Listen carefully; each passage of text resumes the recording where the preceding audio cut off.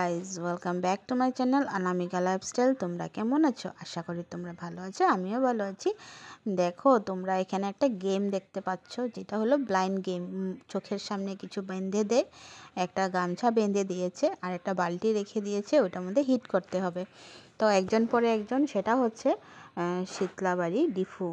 তো আমরা ওদিনকা এমনি বসেছিলাম আমি, তো আমার ফ্রেন্ডটা ফোন করে বলল যে যাবি নি কি, শীতলা পূজাতে খেলা হচ্ছে, শীতলা মন্দিরে খেলা হচ্ছে, যাবি নি কি?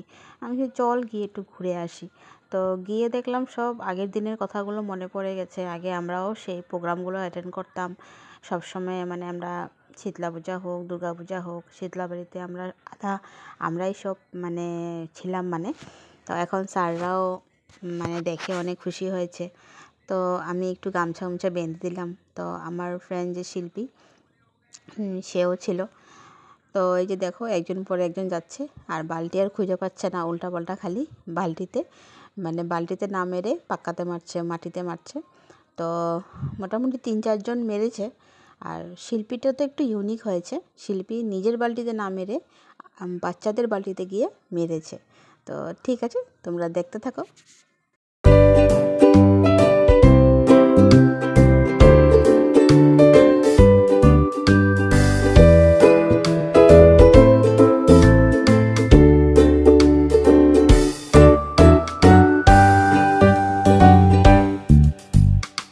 এই দেখো শিল্পীকে, ও যাচ্ছে, খালি যেতে আছে।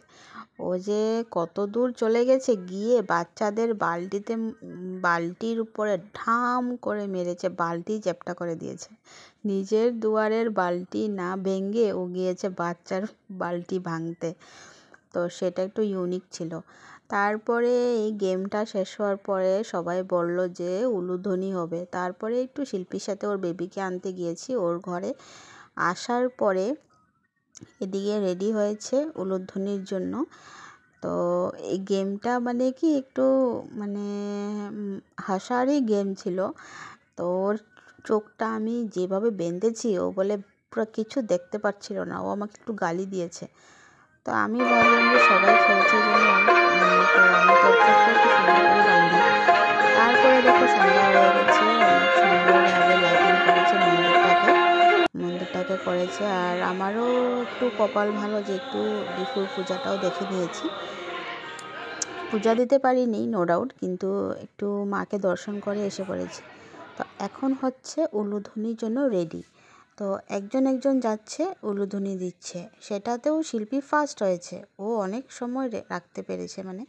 তো আমি একটু কম পারি, কেন কি আমার মানে বুকে ব্যথা শুরু হয়ে যায়, আমি এত পারি না। তো তার জন্য আমি দেই নাই উলুধ্বনিটা আমার দ্বারা মানে এমনি তো ঘরে দিতে হয়, কিন্তু মানে এত টাইম আমি আটকাতে পারি না। তো যাই হোক, শিল্পী দিয়েছে, ও ফার্স্ট হয়েছে। তো একজন পরে একজন যাচ্ছে আর উলুধ্বনি দিচ্ছে। তো সেটাও তোমরা দেখতে থাকো।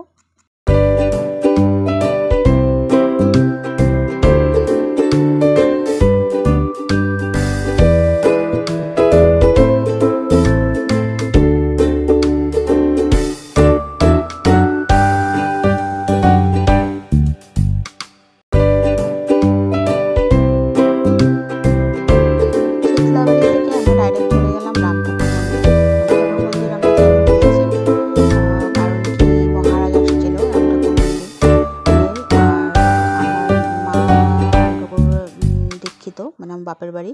তো মাকে দেখানোর জন্য চলে গেছি, মা একলা, তার জন্য যেতে চায় না কোনোখানে। তো আমি আছি, তার জন্যই গেলাম। তো মাকে বললাম চলো তোমাকে দর্শন করিয়ে দিয়ে আসি।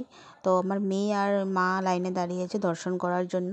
তারপরে ওইখান থেকে আমরা সিন্নি প্রসাদটা নিয়ে আমরা ডাইরেক্ট ঘরে চলে আসছি। তো ছোটো মোটো ব্লগটা তোমাদের যদি ভালো লেগে থাকে, প্লিজ লাইক কমেন্ট শেয়ার করবে।